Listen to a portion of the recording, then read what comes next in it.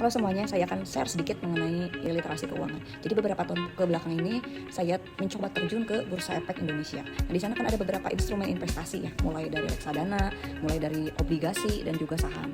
Di antara semua itu yang menurut saya paling aman dan emang paling dijamin itu adalah SBN. SBN itu termasuk ke dalam obligasi ya, obligasi itu surat utang.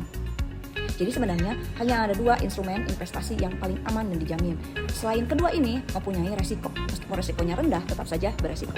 Kedua instrumen ini adalah deposito dan SBN, obligasi pemerintah ya. Deposito itu adalah kita menyimpan uang di bank dan uang kita dikelola oleh pihak bank. Kemudian setiap bulan kita mendapatkan imbal hasil. Bunganya itu kecil kalau deposito bank BUMN itu sekarang sekitar 3 sampai 3,5% per tahun. Itu baru per tahun bukan per bulan. Jadi 3% itu per tahun. Per bulannya ya nanti berarti dibagi 12. Kemudian ada pajaknya. Pajaknya itu lumayan besar yaitu 20%. Andai kata kita menginvestasikan uang di deposito sebesar 10 juta, nah 3%-nya itu kira-kira berapa? Palingan berarti 300 ribu. 300 ribu itu 1 tahun. Bagi 12 bulan berarti berapa? Nanti hasilnya itu masih dipotong pajak 20%. Nah, sementara itu kalau SBN adalah surat berharga negara, di mana negara memberikan surat utang kepada masyarakat. Nah, kita berinvestasi sama halnya seperti meminjamkan uang ke negara melalui Kementerian Keuangan dan didistribusikan, disebar melalui berbagai mitra distribusi seperti di Bibit, Bareksa, kemudian berbagai bank juga sekarang sudah punya aplikasi sekuritas. Jadi secara gampang kita bisa memberi pinjaman ke negara. Nah, setiap bulan kita akan mendapat imbal hasilnya. Instrumen SBN ini punya 4 jenis. Yang pertama ada ORI, ada SR, ada SBR, kemudian ada ST. Keempat jenis ini terbagi lagi menjadi ada kategori konvensional seperti ORI dan juga SBR.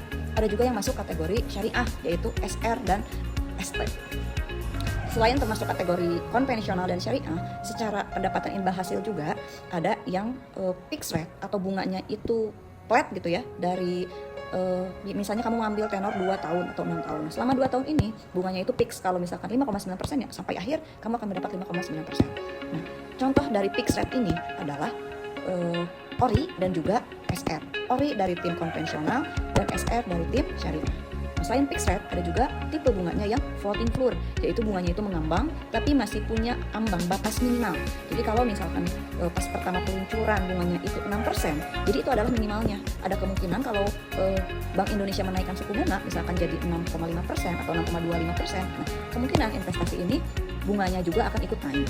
Tapi kalau misalkan turun nih jadi 5%, nggak akan ikut turun karena ada ambang batas yang tadi 6% di awal. Nah, contoh investasi ini adalah ST dan juga SBR. SBR dari tim konvensional. Nah, sementara kalau ST ini adalah dari tim syariah.